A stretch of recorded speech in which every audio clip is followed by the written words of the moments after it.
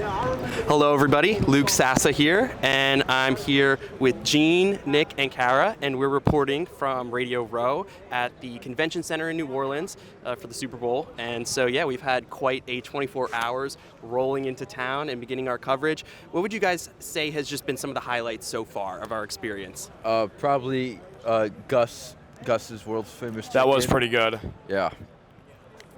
I would have to say the music everywhere. There was a band at the press conference this morning and also at the jazz places that we passed around last night. Yeah, I would say so far my favorite's been Radio Row, just coming in here and having like all these different schools and companies right by us. Like it's just so surreal being here.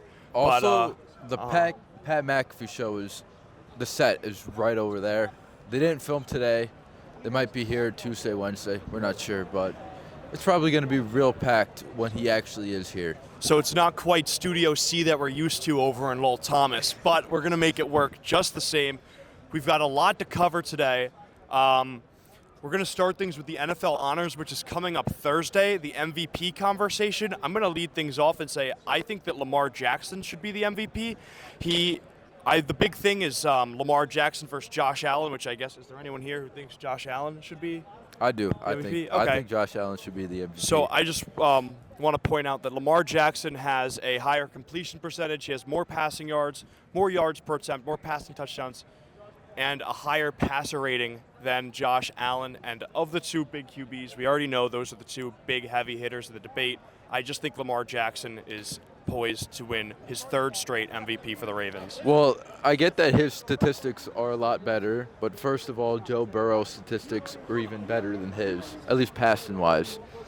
But also, he won the MVP last season doing exactly what Josh Allen did this year, and I guess it's just contradictory to have Lamar win it this year because his stats are good. And last year, when his stats weren't that good, but he was just clearly the best player or the most impactful player for the team that got the number one seed. That doesn't make sense. And it's also not going to make sense that the MVP is going to go to a player where I believe 5 other teams had a better record than him. Like, how does the MVP, like, if Josh Allen wins the MVP, you had the Lions, the Vikings, the Eagles, and the Chiefs. So the 5th best record, 2nd best in the conference. For the Ravens, 6th best record, 3rd best record in the conference. Not to mention Derrick Henry. He had an MVP caliber season 2, and yet Josh Allen had no one on the. He actually had 1 Pro Bowl teammate. And Lamar Jackson had 8 others, including himself. So the Ravens had 9 Pro Bowlers. That's a great point about Derrick Henry and, keeping it with running backs. I think when it comes down to the MVP award, you have to figure out what it really means at its crux. Does it mean the player who's the most valuable to their team or the player who is the most valuable overall, no matter where you put them? And I'm a Mets fan, so, I think that Francisco Lindor was the most valuable player to his team, but Shohei Ohtani was the most valuable player overall in Major League Baseball. Yeah, so but he was the one the baseball who ended MVP is entirely different than the football MVP. I don't necessarily think so, though, because I think the one overall premise, it's the type of award where I think it always tends to go to the player who's the best overall, because if it was the player who's the most valuable to their team, I think it would go to Saquon Barkley. I mean, I'm a Giants fan, so I remember when Saquon first came into the league, watching him churn out these 1,000-yard seasons with the Giants, having no blocking, no offensive line, and still making it happen himself. And, the Eagles all season long have not been able to figure out a consistent passing game. They've had some issues with A.J. Brown, clashing at times, with some of the staff on what the passing game has looked like. And Saquon Barkley has bailed them out at every stop, rushing for 2,000 yards, having big game after big game, breaking off these just game-changing 70-yard touchdown runs left and right. So I think he's definitely been the most, game-changing player for his own team. But again, the quarterback position is the most valuable in the NFL. And ultimately, being the I do most think it'll valuable go to player Lamar. in the league and most valuable player for your team are entirely 2 completely different things. But I believe there is someone here that thinks Saquon Barkley should be the MVP, so I'm going to just hand that off to her. I think Saquon should be in the conversation. A running back hasn't won the MVP since 2012, I believe, and he's 30 yards away from breaking an all-time NFL record for most yards rushed in the postseason and regular season. I think I would even dare to say that without Saquon, the Eagles might not even be in the Super Bowl because their run game was so strong this year compared to what we've seen in the past.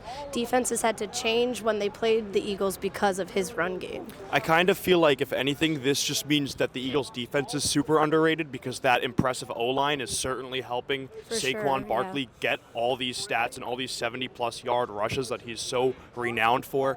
If anything, I think that just needs to bring more attention to the defense, and although the offensive line is protecting the quarterback as well, I think it has more of an impact on the run game than the passing game, which is another reason why I do think Lamar Jackson should be the MVP, is because he does it both. Elite runner and an excellent passer with all these great stats.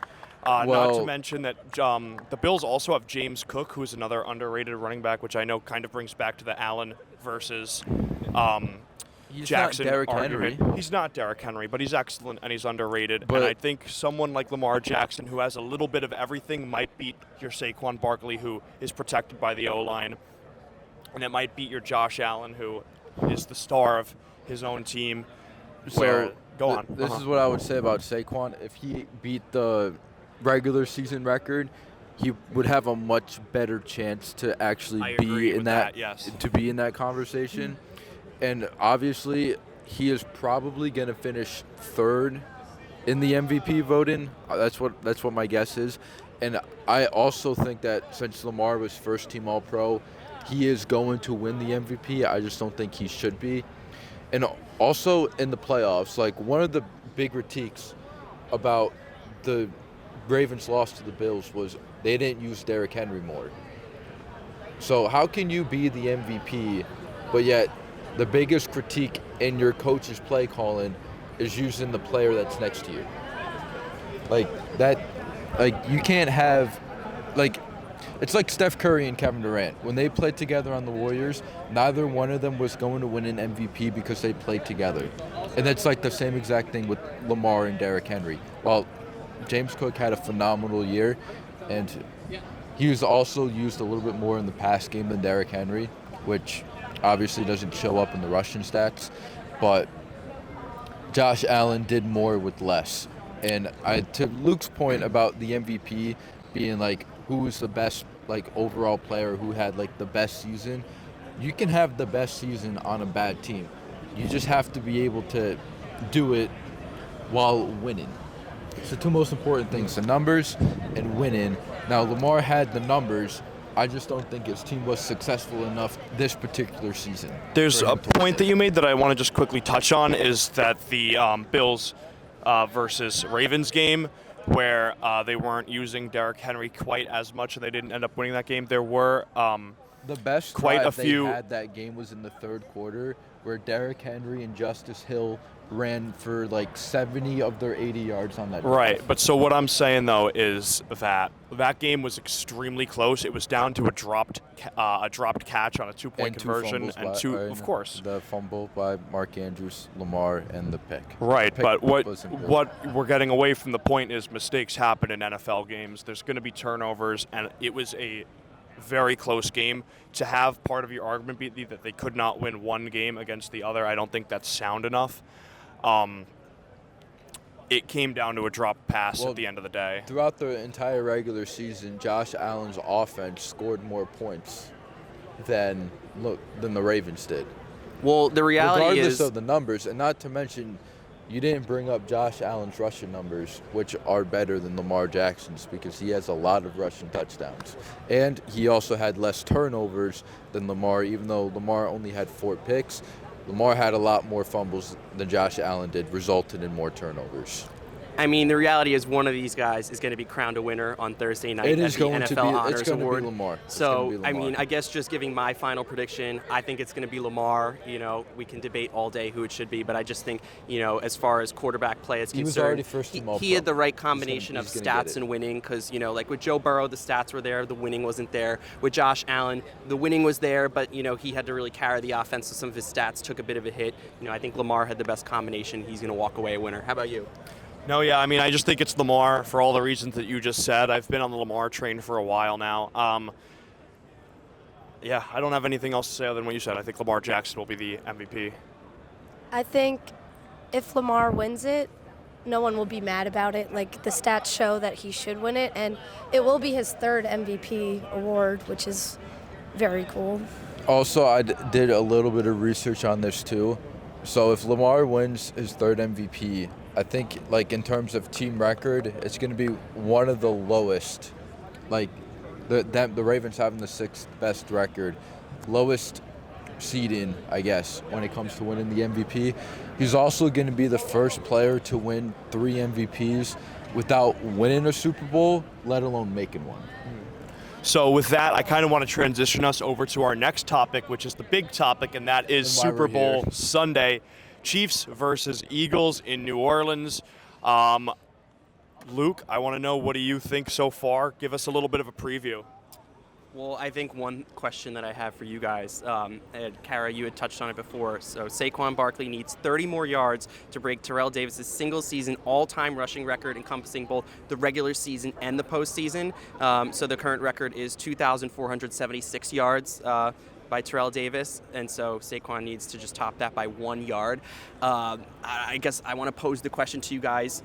What do you think is more impressive, the regular season rushing record or the regular season and postseason combined rushing record? 'Cause, I mean, for me, especially considering the context that Saquon sat out Week 18, the final week of the season, I think the fact that he is in position to break this record is incredible. The longevity that he has had this season and really not running out of gas at all, to me, I consider that to be the ultimate accomplishment, but I want to hear your takes on this.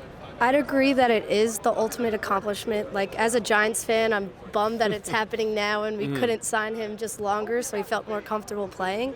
I also saw in an interview, Saquon said himself, like, if he breaks the record, but the Eagles don't walk out of there with the Lombardi Trophy, he doesn't care that he broke the record, so he just wants to win that Super Bowl.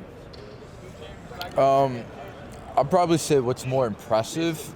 I would probably go with the regular season and playoff because, number one, you probably have to rush close to 2,000 yards in the regular season to get a chance to break the 2,400-yard record by Terrell Davis, where when he did it, he rushed for 2,000 yards, and then the Broncos went to the Super Bowl, and he was the Super Bowl MVP because he was just phenomenal the entire playoffs. And specifically that playoff run alone got him into the Hall of Fame despite him playing, I think, 6 or 7 seasons, and only 3 of those he actually played a full season and was really good for. So when it comes to what's more impressive, definitely going to go with the playoffs because not only do you have to have like 2,000 yards in the regular season, which is an accomplishment in itself, you also have to get deep enough in the postseason and be one of the main factors as to why your team got that deep in the postseason. Yeah, I think the postseason plus regular season stats combined is more impressive because, for the main reason, it shows longevity. Having a higher sample size of stats and opportunities paints a more clear picture to how good a player really is. And so I think with those things considered, the more stats, the more accurate things are, and that would make the combined record more impressive to me. Absolutely. Another thing that I kind of wanted to touch on too is the approach that the Eagles offense should take, particularly going against this Chiefs defense with Steve Spagnuolo, Spags, former Giants defensive coordinator back in the day with those Super Bowl teams. He loves to blitz, and he's been very successful in the playoffs doing that. And, you know, Jalen Hurts has only won 1 playoff game throwing for more than 155 yards. You know, we know that the Eagles are a running team, but I'm really just fascinated to see if they rely on the screen game, trying to get Saquon involved in the screen game to kind of take some of those blitzes and, you know, just get him out in space and mitigate the effects of the pass rush. But they're definitely going to need to get the ball out quickly. And I don't know, do you think Jalen Hurts is going to be able to stand up tall and make some of these big throws to ultimately win the game when the pressure's coming towards him? Well, the last time he played Spags defense in the Super Bowl, he had his best playoff game. Unfortunately, they lost that game. But if I'm the Eagles, specifically Kellen Moore, I'm sticking with Saquon Barkley until the Chiefs prove that they can stop it, because so far no one in the playoffs haven't been able to stop them. They've also haven't played a defense that's as good as the Chiefs, which is why I think Chris Jones is going to be the most important player for this game if the Chiefs want a three-peat, because he needs to be a run stopper. Not to mention they have a bunch of their defensive line is really good, but the Eagles probably have the best offensive line in football. So it's coming down to Chris Jones and if they can stop Saquon. Yeah, no, I think this ball needs to get to Saquon. Screen passes, beat the blitz. Like you said earlier, Jalen Hurts has only won one playoff game, throwing more than 155 yards. A.J. Brown is also averaging 40 yards per game in the playoff. Like, it's very clear that the pass game just does not work for the Eagles against these teams with better defenses. So the strategy needs to be to get the ball to Saquon, block him, let him do his thing, and the Eagles will be successful. I think it's really important the play calling as well on those third and fourth downs. Like, the Eagles only lost by field goal last time they were in this position against the Chiefs, so I think if they make the right play calls, go for it, don't go for it, that will be vital to winning. And just using all 4 downs to their advantage is going to be huge. If they can, in 3 downs, get it down to a 4th and 1 and push their way over the first down line, they can use that to their advantage. That's something that the Eagles truly excel in. The Chiefs have going for them is that they were very successful against the Bills version of the tush push. They were, yeah. Obviously, that is important to note. Not the exact same as the Eagles, because the Eagles are the best team at doing the tush push. They're the pioneers. But it is, the Chiefs had a lot of success against that. And I mean, I love Trent McDuffie. He was second team All-Pro this year. If you ask me, he should have been All-Pro. And they're good at defending the pass. And my guess is that him and AJ, there's going to be a lot of man coverage in this game. They're going to want Jalen Hurts to air it out. And so far in the playoffs, that's how the Eagles have been beaten, is when Jalen Hurts throws for a lot of yards. They haven't won a game when he's thrown for more than 250 yards in a game, which is honestly kind of crazy. But the recipe for the Eagles, or to beat the Eagles, or to be successful against their offense, is to let Jalen Hurts throw the ball. And can we talk a little bit about the Chiefs' magic going into this game? They are 17-0 in their last 17 one-score games. The ball is very clearly in the Chiefs' court. The Eagles are going to keep it close. They need to do all these things that we just talked about to stay in contention, but if it's a one-score game, that's exactly where Andy Reid and the Chiefs want the Eagles to be. So it'll be interesting to see. I think they have an uphill battle ahead of them, that's for sure.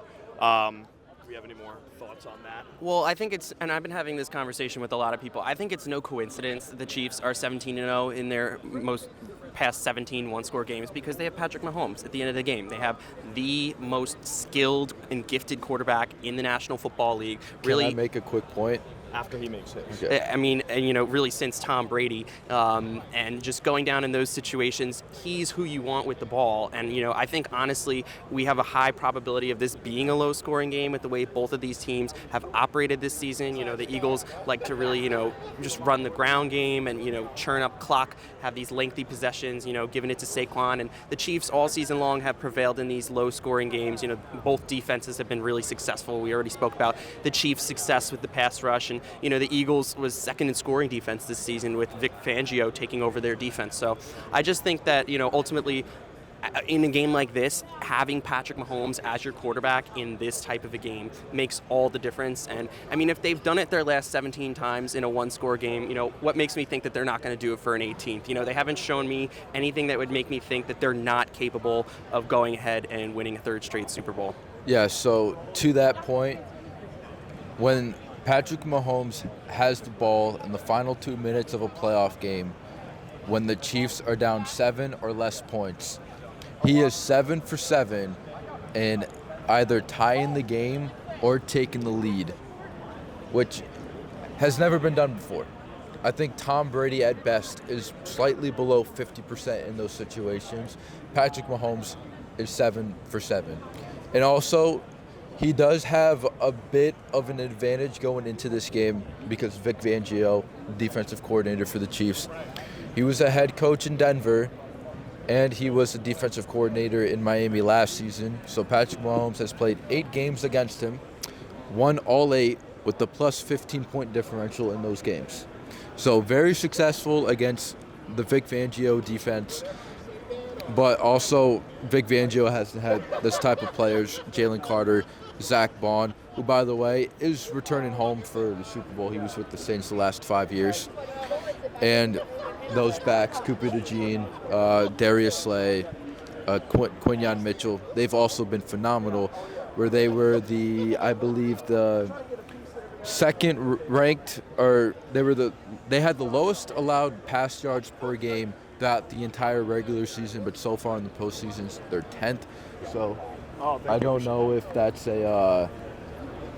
just a playoff thing, who they've played in the playoffs, or just an inexperienced thing. But Mahomes has an advantage going into these playoffs against Vic Fangio's defense. Yeah, I think just going off that, all the Chiefs are used to the spotlight now. The players have been here multiple times before, and the Eagles are 1-3 when they're playing a Super Bowl, which is tied for the 5th most losses in a Super Bowl in NFL history. So the Chiefs are just used to that pressure, and I don't know if Jalen Hurts and Saquon are as equipped to the pressure as, say, Patrick Mahomes and Travis Kelce. Absolutely. And I definitely think this promises to be a great matchup. You know, these have been two of the NFL's elite teams for a while, but there does have to be a winner, so I think it's time. We got to give our predictions. I'm predicting that the Chiefs are going to go 18-0 in their last 18 one-score games. I think they're going to win 23-21. I think Saquon's going to eclipse the all-time record for single-season rushing yards, including the postseason. But I think that the Chiefs are going to do just enough, and Patrick Mahomes is going to make just enough plays to come away with another Lombardi Trophy and to win their 3rd straight, which is just an incredible achievement if they're able to get that done. Despite everything we just talked about, I think it's finally time for the Patrick Mahomes dynasty to see a little bit of some struggling. I think the Eagles are going to win this game 27-24 with a field goal as the clock expires down to 0 in the 4th. I think it'll be Jalen Hurts' first Super Bowl and a big moment taking down the Chiefs dynasty. Right. Well, going into the season, I predicted that the Chiefs were going to three-peat, so I'm sticking with that pick. But when it comes to a final score, I would not be surprised if it's very similar to the last Super Bowl where it's 38-35. Also wouldn't be surprised if it was like 17-10. So I guess I'm going to go meet in the middle, where the Chiefs had their best offensive performance of the season in the AFC Championship game. I think they're going to win 30-27. Patrick Mahomes leads the game-winning drive, and Travis Kelce is going to have at least 100 receiving yards this game. One thing, there's no doubt in my mind that Saquon doesn't break the record in the Super Bowl, but sadly I think the Eagles will lose to the Chiefs by a very close score. Give us a score. I liked your 30-27. Okay, and I think with that, Luke, Nick, Kara, that's all the time we have for today on this podcast brought to you by the Center for Sports Communication. Keep looking forward to more content from Radio Row for us, and make sure you follow us on socials. Make sure you follow us on social: Centerfield, Marist Sportscom, Instagram, TikTok, YouTube, Twitter. So for Luke, Nick, Kara, I'm Gene Barbieri. Have a nice night.